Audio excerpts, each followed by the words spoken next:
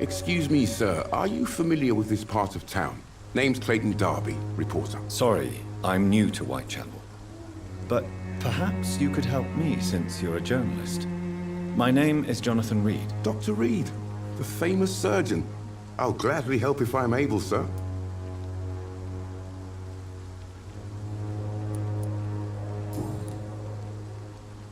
Why are the newspapers keeping silent about the Spanish influenza?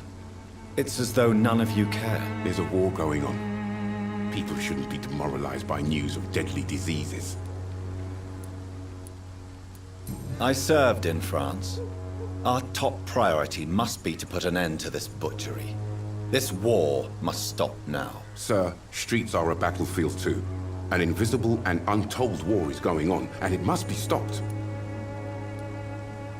Have you any idea of the danger you face in these streets at night? I've had to run and hide more than once from frenzied mobs incensed by the fever.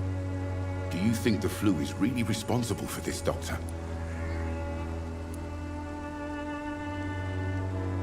I'm convinced there is more at work here than a simple epidemic. Really?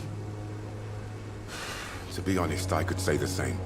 Some of the sick I saw or heard of. My God, what happened to them? What is a journalist doing in this borough after sunset? He goes where none of his colleagues would dare to go, to inform the country. So you risk your life to reveal the truth. I saw many reporters do the same during the war. Whitechapel is the crucible of so many untold stories and tragedies. I want people to know them. That's quite honorable of you. But is the public interested? Not at all, sir. And that's why I'm an independent journalist, hoping to sell some stories.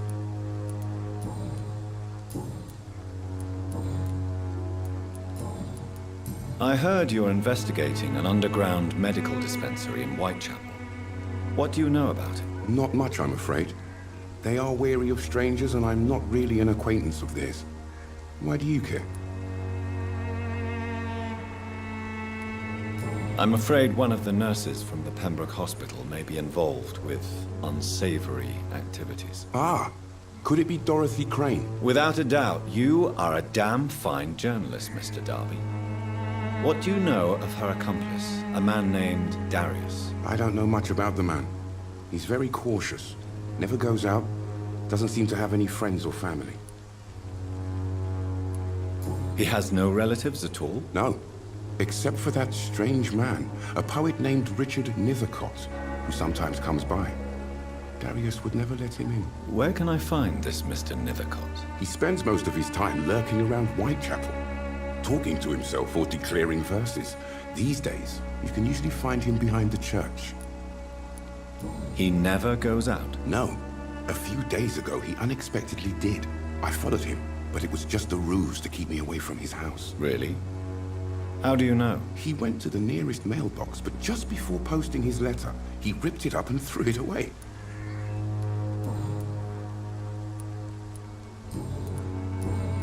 Goodbye, Mr. Darby. Farewell.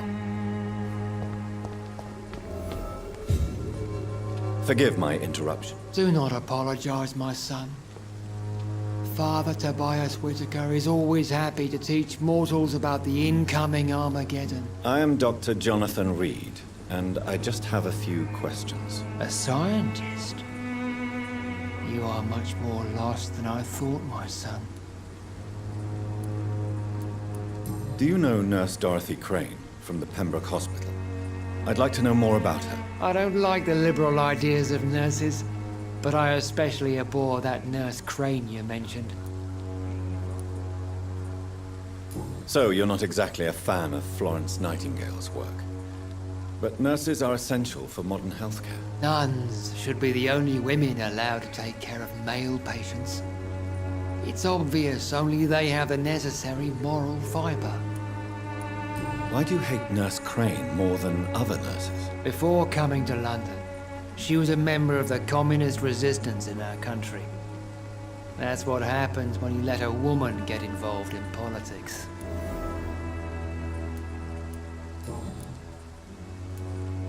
Don't you fear getting sick yourself? I've been touched by God's grace. I am perfectly healthy. Have you any friends? Any family left in these terrible times? No. But I have a disciple I see as my son. He is so devoted. I sent him to preach the good word in the heart of this corrupted city. Where did you send him? I sent Samuel to the Stonebridge Cemetery, where the pestilence and evil grows night after night.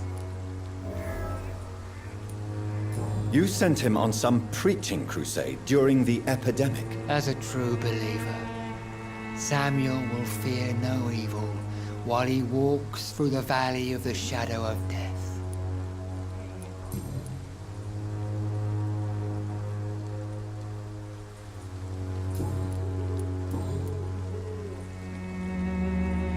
What do you mean when you say that I am more lost than you thought? All scientists are entangled in a world of causes and consequences, and most of them can't see the plain truth. Quite a judgmental opinion, if you ask me. But what do I know? Blinded by science as I am. But you are seeking answers, aren't you? Answers about the Armageddon about to strike the city. Answers about the hidden truth.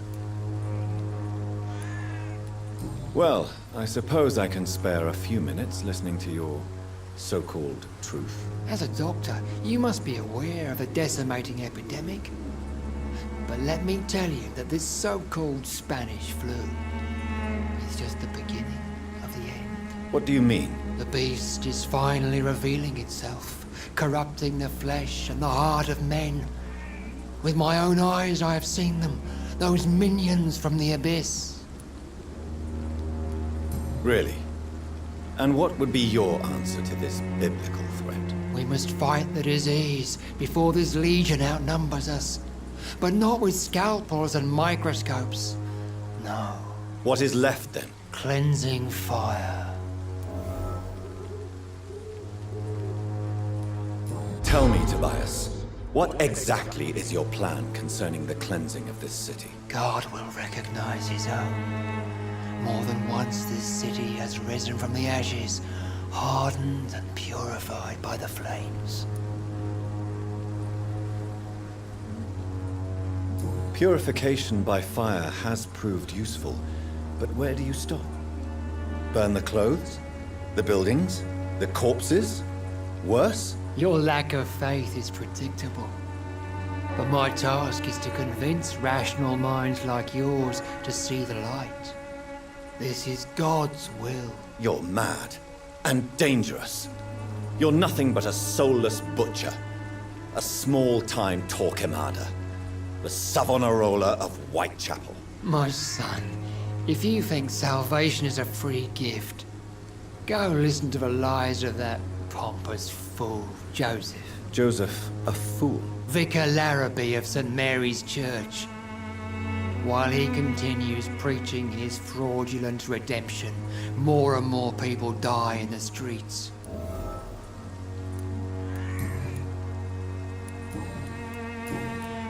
I have had enough for tonight.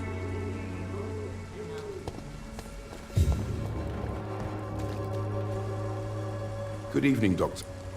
Do you need assistance? That would be nice of you, Doctor. Who knows what I may have caught during my investigation. If you persist in investigating the most pox-ridden boroughs of London, you must accept the risks. Thank you, sir. Goodbye, Mr. Darby. Farewell.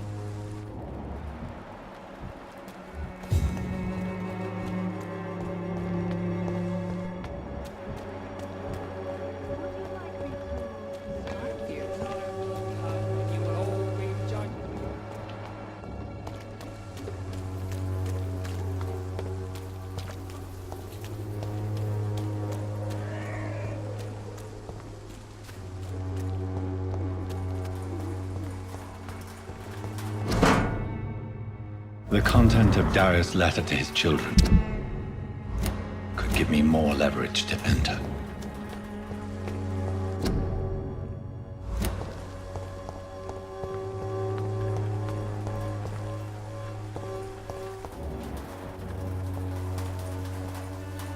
Good evening, miss.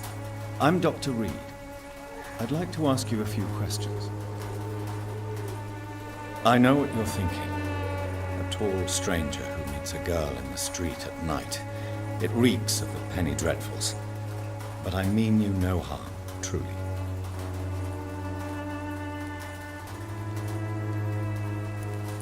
I know you understand what I'm saying. Your silence has nothing to do with you being mute, does it?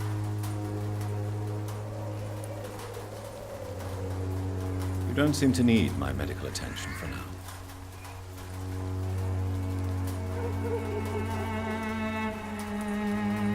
Very well. Goodbye then.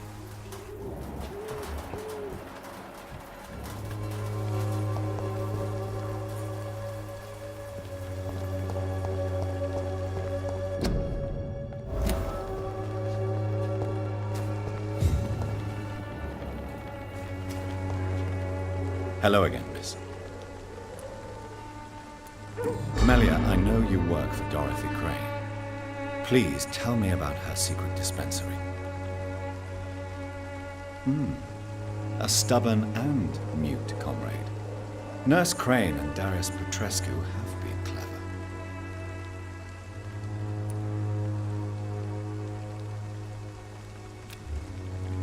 Very well. Goodbye.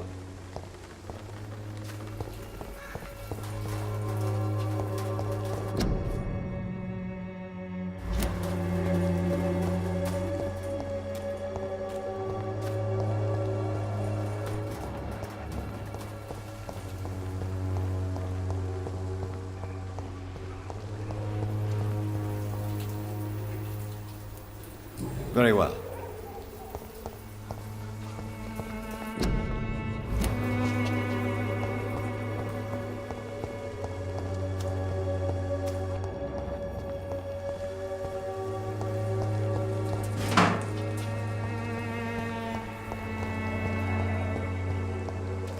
It's locked, all right.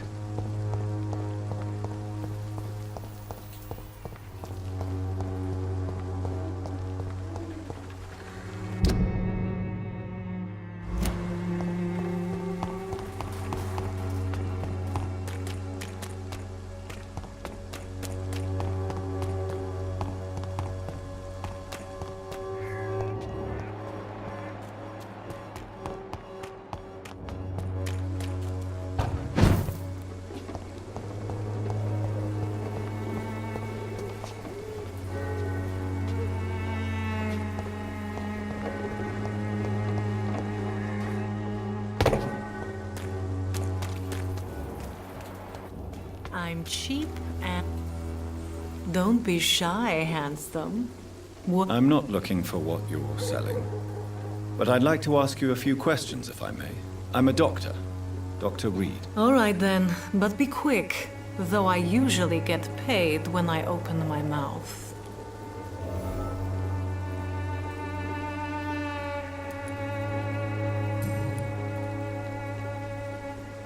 Christina, have you been examined?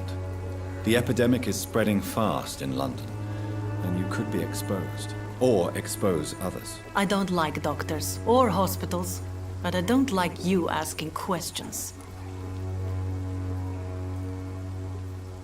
Considering your line of work, I assure you it is only a matter of time before you have health issues. If it is going to happen, it will happen. Right now, I need money. That's what's important. You can put your own life in danger, that's your decision. But what about your clients? If you're contaminated, you will put them in danger too. And you think that would worry me? If you knew the men I deal with, their health would not be what you'd worry about. Clayton Darby claims he will expose the crisis in Whitechapel to all of London. Do you believe him? I believe Clayton's courage will erode with time, until he finally leaves Whitechapel to start another fight somewhere else. Why this skepticism? How can you speak about starvation if you've never been hungry? Or about poverty? Or anything else you have never suffered from? Are you talking from experience? I've seen your type come here to get a good fuck in a cheap room or a dark alley before going back to their fancy houses in the West End.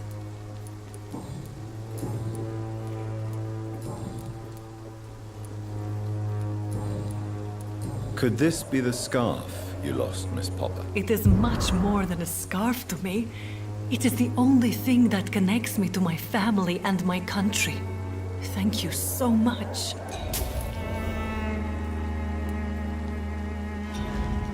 Do you know Nurse Dorothy Crane from the Pembroke Hospital?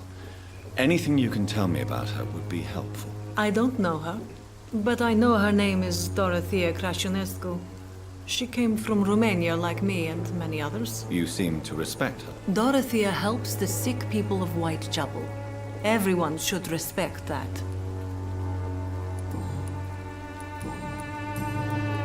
Tell me about yourself. Are you joking with me? People don't usually come to see me for conversation. I have no interest in your work. I am, however, curious as to what led you into this career. Short story. The war, exile, and England. This country is not especially welcoming. I've been refused many jobs because of where I am from. I had few options left.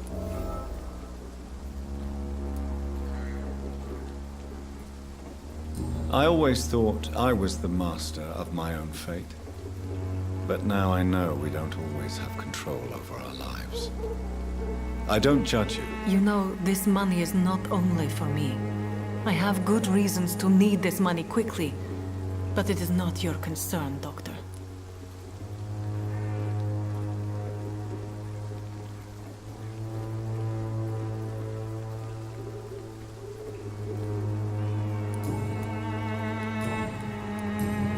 Goodbye, miss.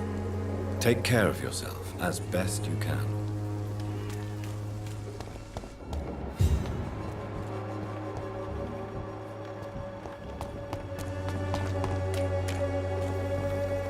Shane, Do you need any assistance, Miss Popper?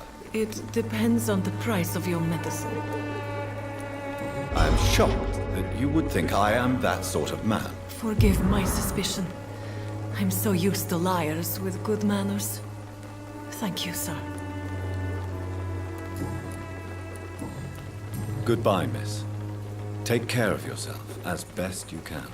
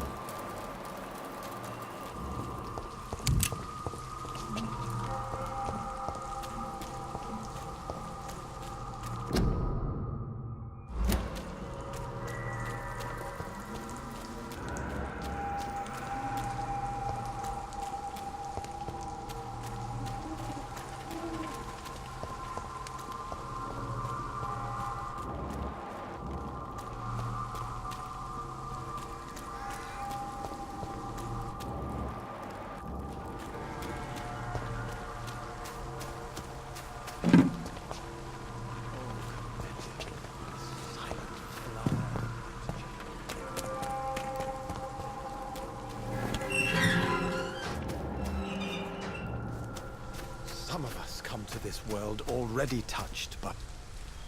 Good evening, sir. I'm Dr. Reed.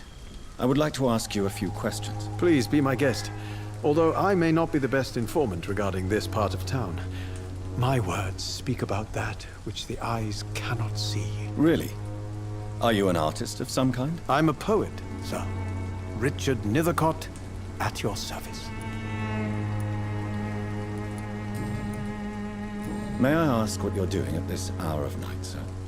Do you live here? Not at all. I'm just enjoying the pleasure of a quiet walk. Though night talks are always preferable, if you ask me. Especially with strangers. But are you not afraid of the epidemic? Oh, why should I? I see some equity in the Spanish flu. No flesh should be saved, say the scriptures. Good or evil, rich or poor, all are equal in the eyes of the flu. If you say so.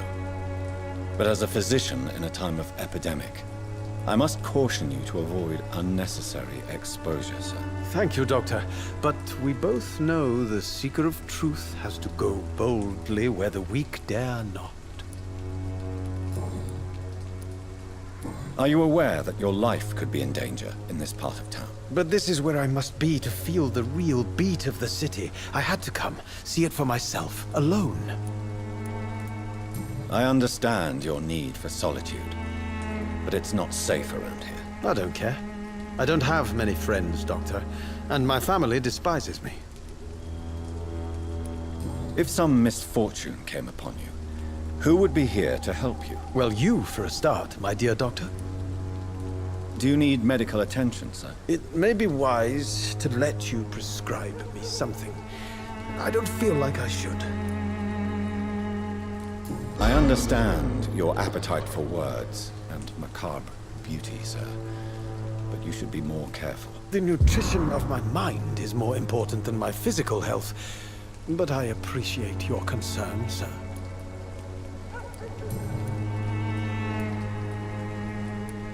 Did you know the mute florist is a member of a secret society? No, I didn't. But I thank you for this information, sir. For it only enriches the mystery surrounding the precious camellia. I fear you are a hopeless romantic, Mr. Nethercott. Guilty as charged, Dr. Reed. Are you not curious? Is there not more you wish to know? That girl has not an ounce of malice in her. Whatever she may be hiding, it's certain to be for the benefit of most, if not all. Tell me, Mr. Nethercott, why seek inspiration in Whitechapel? The place is not beautiful per se, but how to explain it? Stirring and challenging. Do you not think it a little morbid? On the contrary, sir. Whitechapel is full of life, full of beauty. Just like my dear muse, the wonderful Camellia. What can you tell me about Camellia? Not much. And that's the beauty of it. She can't speak, you know. She's a locked mystery who exhales kindness and sweetness. Perhaps you're just afraid to find out the truth about your muse. One day, perhaps, I'll ask her to come with me. But will she still be my wild flower of Whitechapel if she moves uptown? And have you ever tried to learn more about her? Where she lives? How she survives? Whom she may know? Maybe I prefer she remains an enigma. Reality can be so dull, don't you think? May I ask you a few questions about the district? Extraordinary part of town, is it not? I'll be glad to help you, if I can. I'm looking for Dorothy Crane, a nurse who lives in this vicinity. Dorothy Crane. Oh, I love the name. The Crane of Whitechapel. Sounds very mysterious. But, sorry, no, never heard of her. What can you tell me about an old man called Darius? Darius Petrescu? Yes, I know him. At first, I thought he was only a small publisher. I invited him to publish my work, but his reaction was pretty clear. Not interested in your talent? Darius is an old political activist who takes delight in printing tracts and lampoons. Those communist activities only require mediocre writing skills.